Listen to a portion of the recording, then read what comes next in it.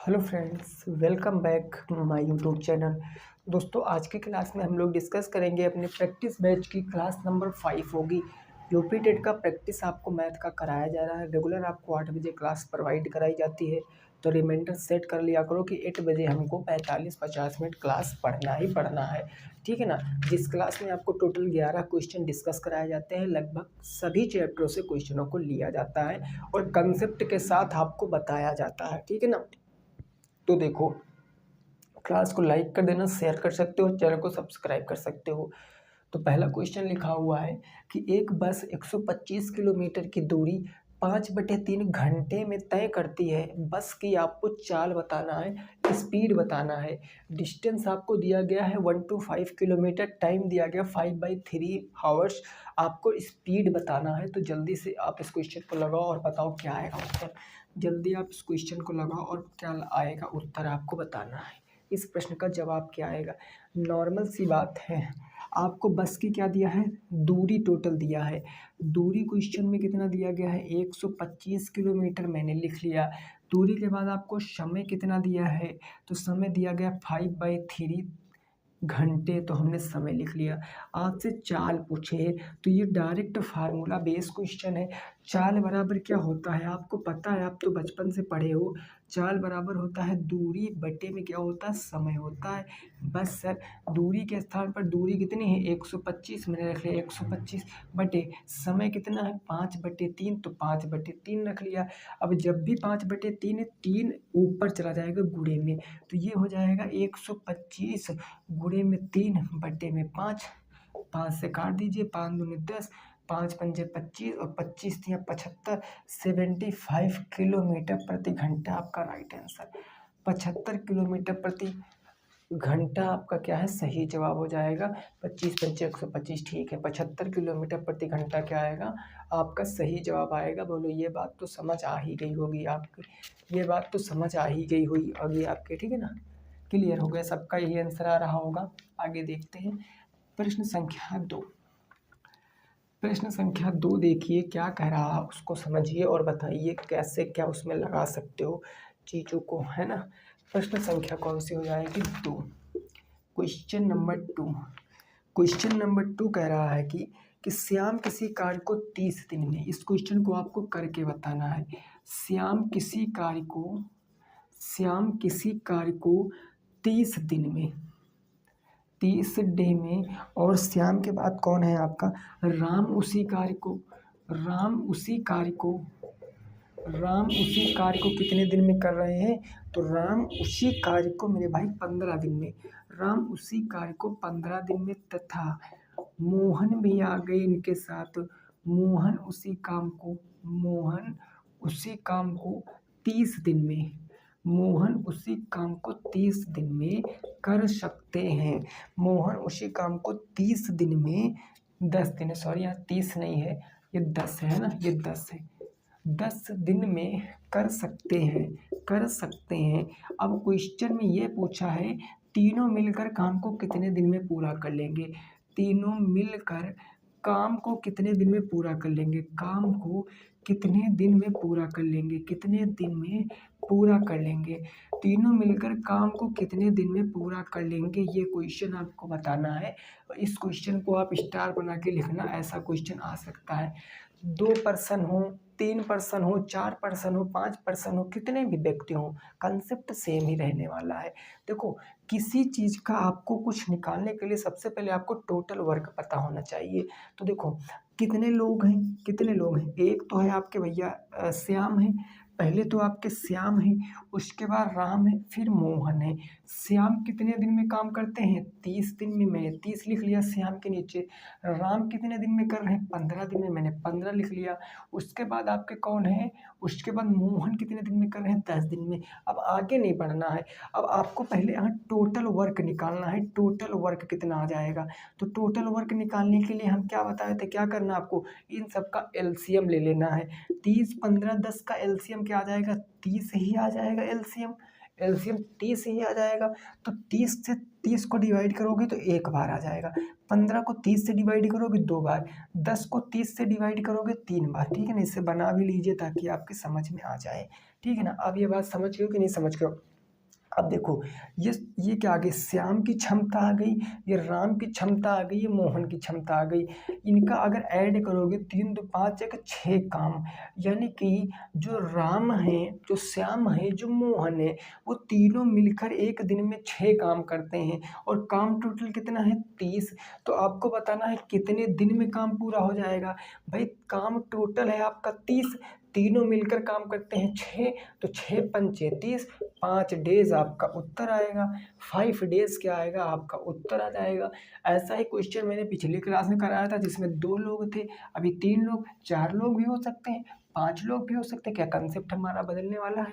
नहीं ना, कंसेप्ट तो हमारा यही रहेगा। तो इसीलिए कहते हैं आप चीज़ों को नोट करते रहा करो साथ में। ठीक है ना, देखने से चैट करने से कुछ नहीं होता मेरे भाई, कुछ भी नहीं होता है। दुनिया बहुत ख़राब है। आप किसी के लिए चाहे जितना अच्छा काम कर दोगे, वो कभी अच्छे कामों में कंसीडर नहीं किया जाएगा, कभी अच्छे कामों में उसकी गिनती नहीं की जाएगी। ठीक है ना, ये बात मेरे दिमाग में याद रखना। क्वेश्चन नंबर 3 की बात करते हैं। क्वेश्चन नंबर 3 देखते हैं और आपको वो मैं बताता हूँ क्या होगा। प्रश्न संख्या नंबर 3,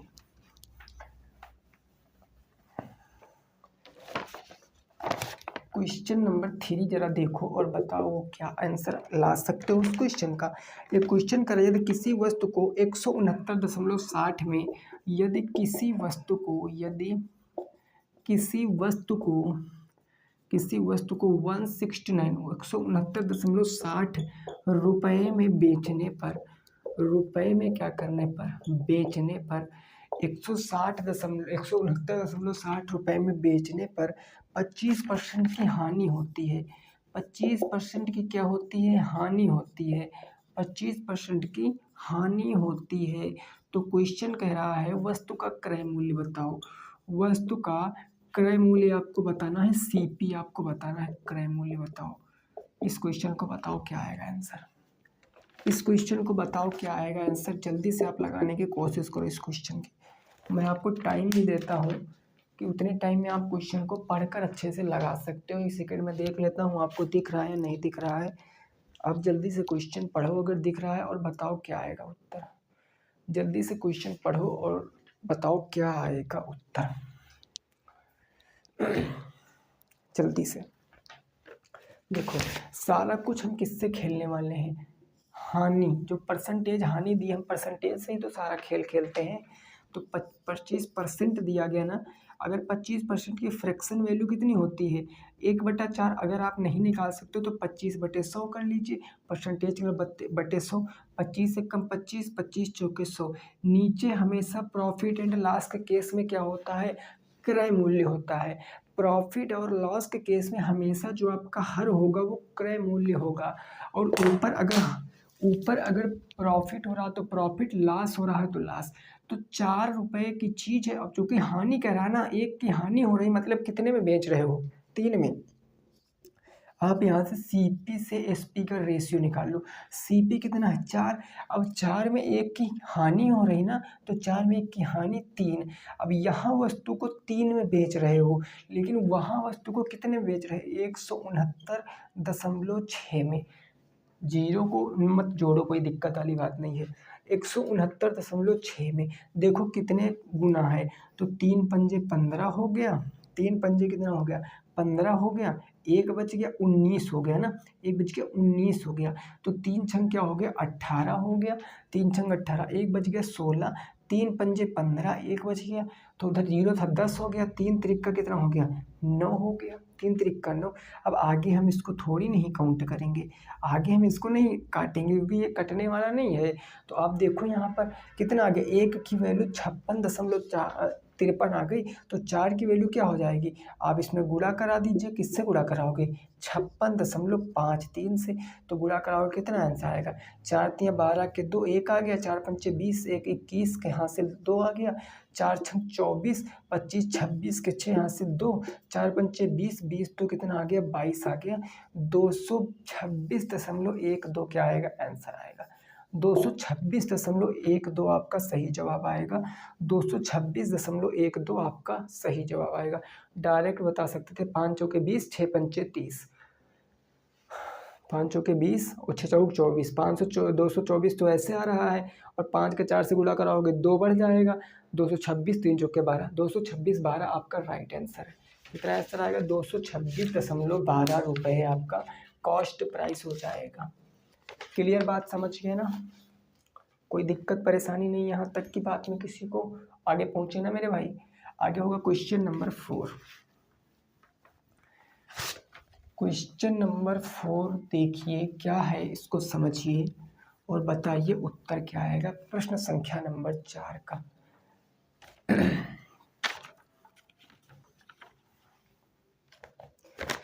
क्वेश्चन नंबर 4 क्या कह रहा है, जरा इसको समझते हैं। क्वेश्चन नंबर 4 कह रहा है कि कोई राशि 10% साधारण ब्याज की दर से 3 गुनी हो जाती है। कोई राशि है आपकी, कोई राशि 10% सिंपल इंटरेस्ट की दर से 10% साधारण ब्याज की दर से कितनी गुनी हो जा रही है? तो 3 गुनी हो जाती है। 3 गुनी हो जाती है। कितने गुनी? 3 गुनी हो जाती है। 3 गुनी हो जाती है। आगे क्वेश्चन कह रहा है तो बताओ किस दर से 7 गुनी हो जाएगी। तो आपको बताना है तो किस दर से 7 गुनी हो जाएगी, किस दर से 7 गुनी हो जाएगी, 7 गुनी हो जाएगी। पहले तो इस क्वेश्चन का मैं बेसिक कंसेप्ट बताऊंगा, फिर आप इस क्वेश्चन को फटाफट तरीके से निकाल कर मैं बताऊंगा कि चुटकियों में कैसे निकाल सकते हो। चुटकियों में कैसे निकाल सकते हो भाई, है ना। 10% से कितने गुनी हो जा रही है? 3 गुनी। पहले बताओ इसका उत्तर क्या होगा। इसमें 2 क्वेश्चनों को मर्ज कर दिया गया है।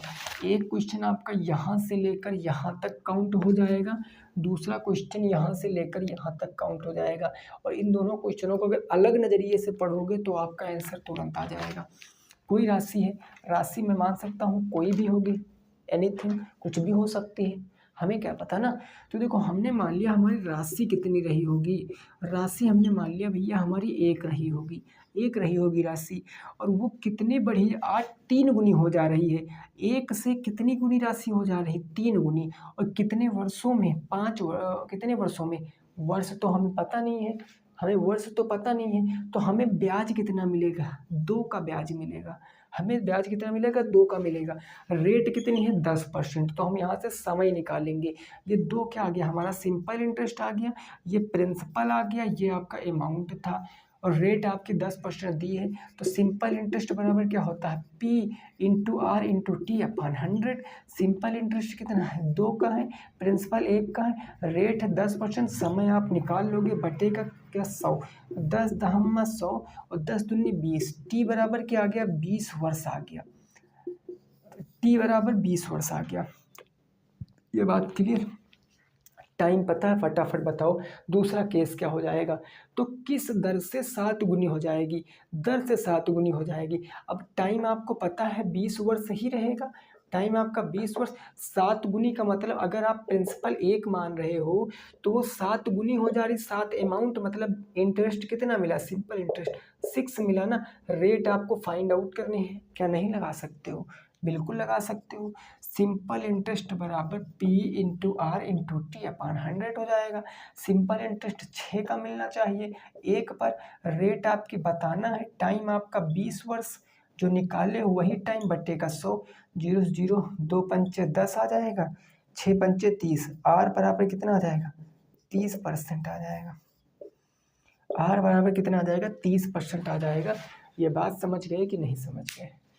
ये बात समझ गए हो कि नहीं समझ गए हो? बोलो जरा। ये बात समझ गए हो भाई? कितना आएगा? 30% आ जाएगा। 30% आपका क्या आ जाएगा? जवाब आ जाएगा कितना? 30%, है ना। कितना आंसर आएगा? 30%। क्लियर है भाई? नोट कर लो, फिर आगे पहुंचते हैं। जल्दी से इसको नोट करो, फिर आगे पहुंचते हैं।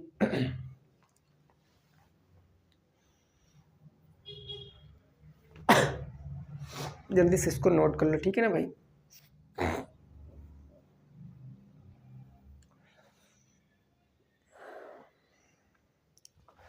चलिए आगे पहुँचते हैं। आगे होगा क्वेश्चन नंबर हमारा 5। क्वेश्चन नंबर 5 होगा। ये बात इतनी समझ गए हो ना। देखिए 2-2 क्वेश्चन जोड़े, 3-3 क्वेश्चन जोड़े, हमसे क्या मतलब है, हमारा तो कंसेप्ट क्लियर है तो हम लगा लेंगे। अगर कंसेप्ट ही नहीं क्लियर है तो फिर दिक्कत हो जाएगी मेरे भाई, है ना, तो दिक्कत हो जाएगी। ठीक है भाई। और भाई आप लोग वीडियो को शेयर कर दिया करो। इस टाइम जो हम वीडियो बना रहे हैं, इस टाइम है आपका 12:56। जो हम वीडियो आपकी बना रहे हैं रात के 12:56 हो रहा।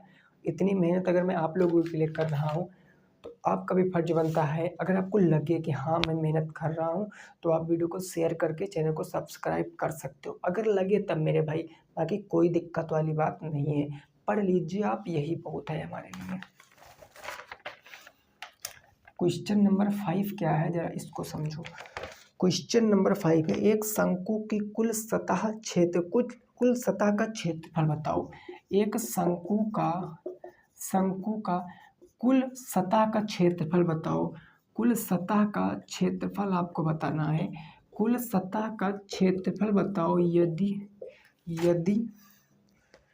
यदि त्रिज्या 8.2 सेंटीमीटर, यदि त्रिज्या कितनी आ जाएगी 8 मैं उस तरफ लिख दे रहा हूँ ताकि आपको दिखे। यदि त्रिज्या कितनी है 8.2 सेंटीमीटर तथा त्रिज्या 8.2 सेंटीमीटर तथा ऊंचाई 16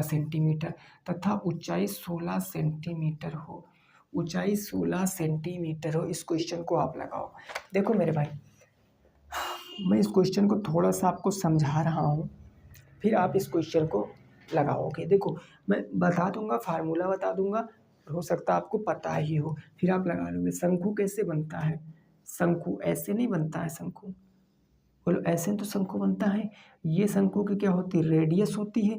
ये शंकु की क्या होती है? हाइट होती है। तो हाइट, ये हाइट की वैल्यू कितनी दे रखा है? हाइट की वैल्यू 16, इसकी वैल्यू 16, इसकी रेडियस की वैल्यू 8 के कितना दे रखा है? 2। आपसे पूछे कुल पृष्ठीय क्षेत्रफल। कुल पृष्ठीय क्षेत्रफल शंकु का क्या होता है? शंकु का कुल पृष्ठीय क्षेत्रफल, शंकु का कुल सतह का क्षेत्रफल कह लो या कुल पृष्ठीय क्षेत्रफल कह लो, बात एक ही होती है। शंकु का कुल पृष्ठीय क्षेत्रफल होता है पाई आर। कुल पृष्ठीय क्षेत्रफल क्या होता है? पाई आर, ब्रैकेट में एल प्लस में आर ही होता है ना, एल प्लस एच होता है, एल प्लस आर होता है। पाई आर एल प्लस आर ये आपका होता है, ठीक है ना। ये आपका क्या होता है? फार्मूला होता है कुल पृष्ठीय। तो आप देखो यहाँ पर एल बोले तो क्या होता है? तिर्यक ऊंचाई होता है। एल क्या होता है? तिर्यक ऊंचाई होता है, तिर्यक ऊंचाई। तो तिर्यक ऊंचाई तो क्वेश्चन में पता नहीं है, तो तिर्यक ऊंचाई मतलब कौन सी? ये वाली ऊंचाई। ये ऊंचाई आप कैसे निकालोगे? राइट एंगल ट्रायंगल से। ये राइट एंगल ट्रायंगल, इसकी भुजा, अब देखो ये राइट एंगल ट्रायंगल है कि नहीं है? ये 8.2 है, ये 16 है। इसका वर्ग करके और इसका वर्ग करके ऐड कर लोगे, जो भी आएगा यहाँ पर कहने का मतलब हो जाएगा 16 का स्क्वायर प्लस 8.2 का स्क्वायर। यहाँ से जो भी निकालोगे, जो एक वैल्यू आएगी वो इसकी वैल्यू, वो एल की वैल्यू हो जाएगी। जो निकालोगे वो एल की वैल्यू हो जाएगी। एल की वैल्यू हो जाएगी तो इस फार्मूले में आप रख दोगे तो आपका कुल पृष्ठीय क्षेत्रफल निकल आएगा। और जो भी निकल कर आएगा उसका आंसर आप कमेंट बॉक्स में बताओगे कि नहीं बताओगे। अप्रॉक्स हो सकता है, लगभग में आ सकता है, क्योंकि पॉइंट में चीज़ें हैं तो क्वेश्चन आंसर भी पॉइंट में आएगा। तो पॉइंट में ही भी आपको आंसर बताना है। कमेंट बॉक्स में बताना जरूर से ज़रूर, जिनका भी आ जाएगा, ठीक है ना। तो क्वेश्चन को अच्छे से देख लीजिए, पढ़ लीजिए और फिर बताइए कि आप आंसर दोगे या नहीं दोगे। दोगे ना भाई आंसर? इसी फार्मूले में रखना है। एक बार चीज़ों को समझ लीजिए, चाहे तो स्क्रीनशॉट ले लीजिए। चलिए फिर आगे पहुँचते। आगे होगा क्वेश्चन नंबर 6। क्वेश्चन नंबर कौन सा होगा? 6 हो जाएगा। क्या कह रहा है जरा समझते हैं क्वेश्चन को।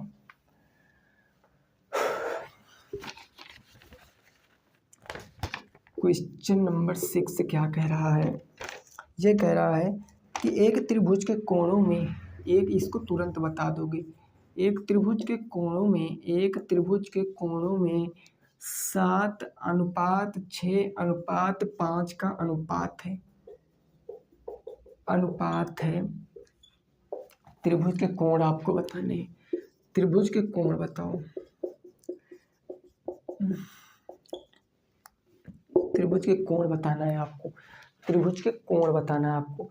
तो रेशियो सिंपल फॉर्म होता है तो हम इसमें x लगाएंगे, 7x हो जाएगा, ये आपका 6x हो जाएगा, ये आपका 5x हो जाएगा। और अगर त्रिभुज है, कैसा भी त्रिभुज है, उसके तीनों अंतः कोणों का योग 180 अंश होगा। कहने का मतलब 7x प्लस में 6x प्लस में 5x is equal to 180 degree. अभी जस्ट पहले वाली ही क्लास में इसके बताया था। 7 6 13 5 18, 18x बराबर 180 अंश, तो x बराबर 18 दहमा 180 अंश।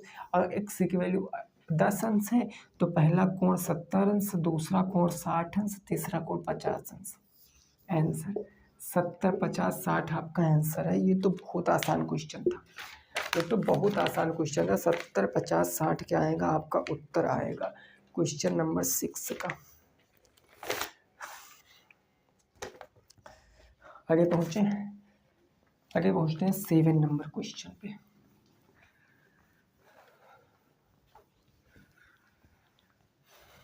क्वेश्चन नंबर 7 देखिए क्या कह रहा है, इसको जरा समझिए। प्रश्न संख्या नंबर 7, क्वेश्चन नंबर 7 कह रहा है कि 6 सेंटीमीटर 8 सेंटीमीटर 2 सेंटीमीटर भुजा के त्रिभुज की परिमिति और अर्ध परिमिति का अनुपात बताओ।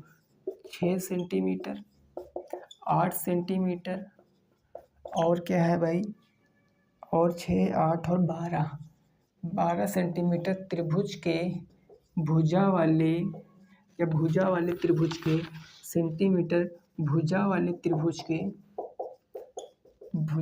त्रिभुज के परिमिति और अर्ध परिमाप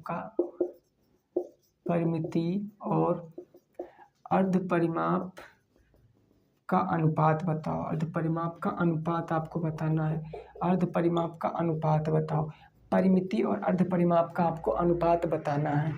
एक आपका 6 सेंटीमीटर 8 सेंटीमीटर 12 सेंटीमीटर का एक त्रिभुज है, उसका आपको परिमाप ज्ञात करना है और अर्ध परिमाप ज्ञात करना है। परिमाप से अर्ध परिमाप का अनुपात बताना है। बताओ जरा, देखते हैं कौन कौन आंसर देता है। बताओ जरा भाई, देखते हैं कौन कौन आंसर देता है इस क्वेश्चन का। देखते हैं कौन कौन आंसर देता है इस क्वेश्चन का। फटाफट तरीके से बताओ, फटाफट तरीके से बताओ। एक त्रिभुज बना के दिखा दें। चलो भाई, त्रिभुज बन गया, कोई रख लो, मान लिया 12 है 8 है और कितनी है 6 है। त्रिभुज का परिमाप पहले बताओ क्या होता है। त्रिभुज का परिमाप ये तो बहुत आसान है, a प्लस बी प्लस सी। त्रिभुज का परिमाप a कितना है 12, b कितना है 8, c कितना है 6, तो c हो गया 6। 12 8 20 6 26, ये 26 सेंटीमीटर आपका परिमाप आ गया।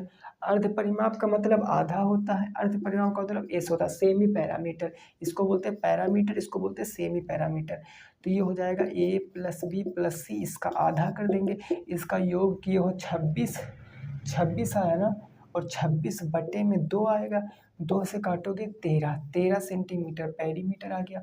तो आपको बताना है 26 अनुपात 13, तो 2:1 आपका राइट आंसर होगा। 2:1 आपका राइट आंसर होगा। इसमें कुछ सोचने की ज़रूरत नहीं थी, हमने तो खैर आपको ये सब करके बताया। आप डायरेक्ट बता सकते हो परिमिति क्या होगी, अर्ध परिमाप का 2 गुना होगा। परिमिति अर्ध परिमाप का 2 गुना होता है बस। अगर परिमिति 1 तो अर्धमाप 2, अगर परिमिति 2 तो अर्धमाप 4, अगर परिमिति 8 तो अर्धमाप 16। बस वही तो काम करना था, तो 2:1 आंसर आ गया। ठीक है ना, 2:1 क्या आ गया, आंसर आ गया। वो चीज़ें क्लियर। पहुँचे आगे क्वेश्चन नंबर 8 पर कितना आ गया 2:1। आगे देखिए क्वेश्चन नंबर 8 देखते हैं। प्रश्न संख्या 8 देखते हैं क्या कह रहा है, उसको समझते हैं। क्वेश्चन नंबर 8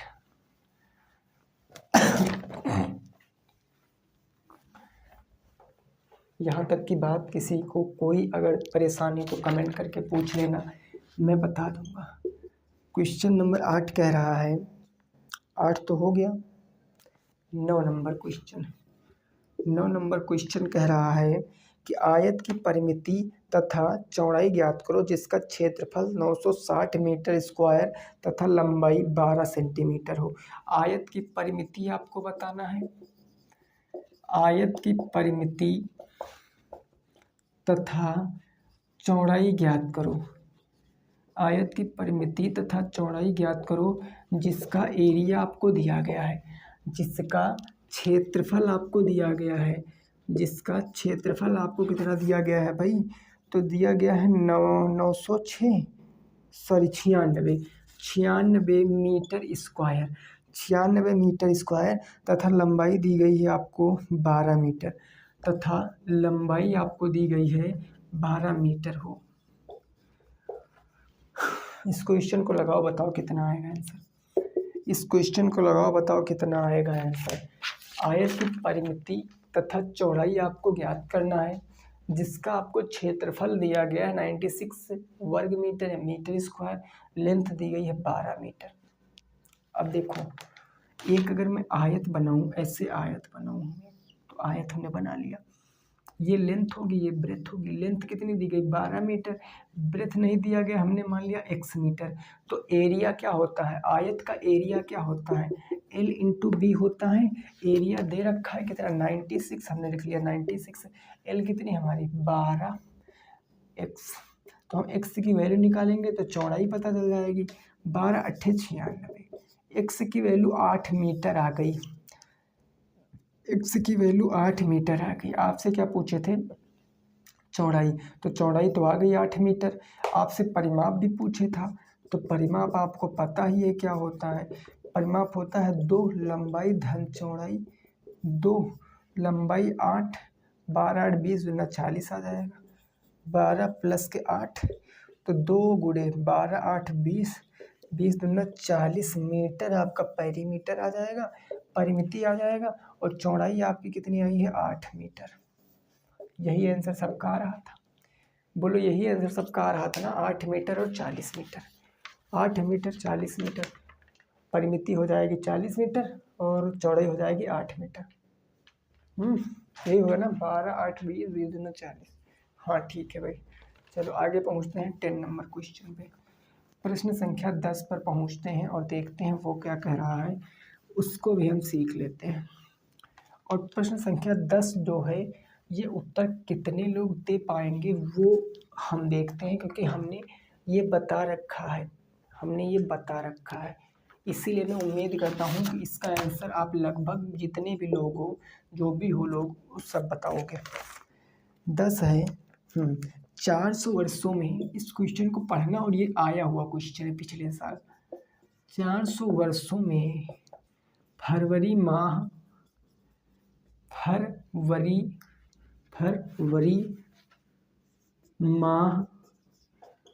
की 29 तारीख कितनी बार आएगी। फरवरी माह की 29 तारीख कितनी बार आएगी। 400 वर्षों में फरवरी माह की 29 तारीख कितनी बार आएगी, इस प्रश्न को बताओ। 400 वर्षों में फरवरी माह 29 तारीख कितनी बार आएगी, जल्दी से बताओ।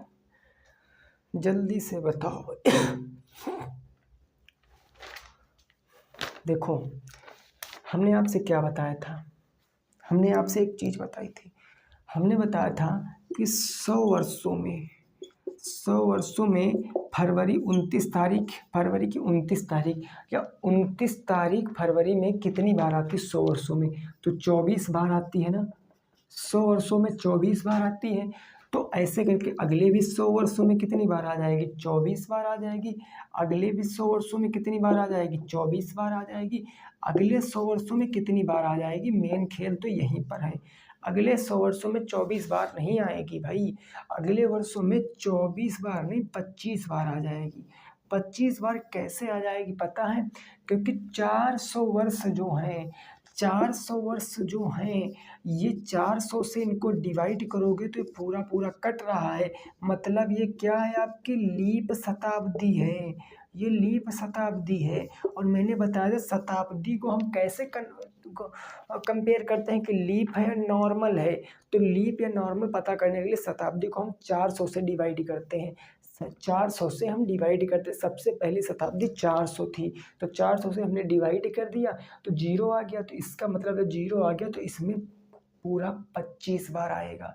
तो देखो 24 को 96, 96 97 कितनी बार आएगी? 97 बार आ जाएगी, 97 बार आ जाएगी। डायरेक्ट याद रखना भाई कि 100 वर्षों में फरवरी कितनी बार आएगी? 29 की 24 बार।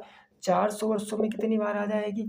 तो 400 वर्षों में 97 बार आ जाएगी 29 तारीख की, ठीक है ना, 29 तारीख की। बोलो ये बात क्लियर है? कितनी बार आ जाएगी? 97 बार आ जाएगी। नोट कर सकते हो। आगे पहुंचते हैं लास्ट प्रश्न पे, नोट कर लीजिए। फिर लास्ट प्रश्न आज का देखते हैं। प्रश्न संख्या कौन सा होगा? 11 नंबर। प्रश्न संख्या 11 देखेंगे क्या कह रहा है, उसको समझेंगे अच्छे से। लास्ट प्रश्न है। वीडियो पसंद आई है तो लाइक करना, दोस्तों के संग शेयर करना। अब हमारी जो क्लास होगी वो होगी संडे को, संडे से रेगुलर होगी, बाकी क्लास बंद रहेगी 2 दिन, है ना। 2 दिन क्लास बंद रहेंगी क्योंकि घर पर हम चले जाएंगे, तो 2 दिन क्लास बंद रहेंगी। क्वेश्चन है कि 8 दिसंबर 2007 को शनिवार था। 8 दिसंबर 2007 को शनिवार था। 8 दिसंबर 2000 शनिवार था। तो आपसे पूछे हैं, तो पूछे 8 दिसंबर 2006 को सप्ताह का कौन सा दिन होगा? 8 दिसंबर 2006 को, 8 दिसंबर 2006 को सप्ताह का कौन सा दिन होगा? सप्ताह का कौन सा दिन होगा? कौन सा दिन होगा, है ना, कौन सा दिन होगा? इस क्वेश्चन को आपको बताना है, इस क्वेश्चन को आपको बताना है। जल्दी से आप बताओ इस क्वेश्चन का आंसर, जल्दी से बताओ आप इस क्वेश्चन का आंसर क्या हो जाएगा। इस क्वेश्चन को दोस्तों कई तरीक़ों से लगा सकते हो। एक तो डायरेक्ट, अगर आपको पता होगा कि अगर 1 वर्ष हम पीछे जाएंगे, सेम तारीख सेम डेट है, अगर हम 1 वर्ष पीछे जाएंगे, नॉर्मल ईयर है, तो 1 दिन घट जाएगा। और अगर आपका वो है लीप ईयर है तो 2 दिन घट जाएंगे अगर पीछे जाएंगे। शनिवार था तो शुक्रवार उत्तर आ जाएगा, सीधे अगर आप सोचोगे तो। लेकिन अगर आप मेथड से लगाना चाहते हो तो पहले आप इस तारीख से चलिए, क्योंकि कभी कभी एग्जामिनर ये एग्जैक्ट वैल्यू नहीं देता। क्या पता कैलेंडर में इतनी तारीख हो या ना हो, क्या पता हो या ना हो। अधिकतर केसों में एग्जैक्ट यही होती है, लेकिन क्या पता हो या ना हो। तो हम इसको पहले चेक कर लेंगे कि असल में शनिवार था भी या नहीं था। तो हम चेक करेंगे 8 दिसंबर 2007 को शनिवार था कि नहीं था। आइए चेक करते हैं। 7 का मतलब 6 वर्ष चलेंगे। 6 वर्षों में कितने लीप ईयर होंगे? 1 आपका लीप ईयर होगा भाई, 1 आपका लीप ईयर होगा, और 5 आपके नॉर्मल ईयर होंगे। तो 1 लीप ईयर, 2 दिन एक्स्ट्रा, तो 2 1 कम, 2 ऑड डेज, यहाँ 5 ऑड डेज हो जाएंगे। 5 2 7, 7 का मतलब 7 से भाग करोगे तो डायरेक्ट 0 लिख सकते हो, 7 लिख सकते हो, कोई दिक्कत।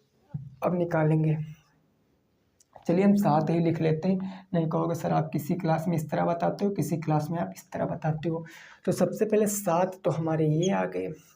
7 के बाद अब जनवरी में कितने आएंगे? 3। फरवरी लीप ईयर नहीं तो 0, फरवरी 0, जनवरी, फरवरी, मार्च, अप्रैल, मई, जून, जुलाई, अगस्त, सितंबर, उसके बाद आ जाएगा अक्टूबर, नवंबर, फिर दिसंबर।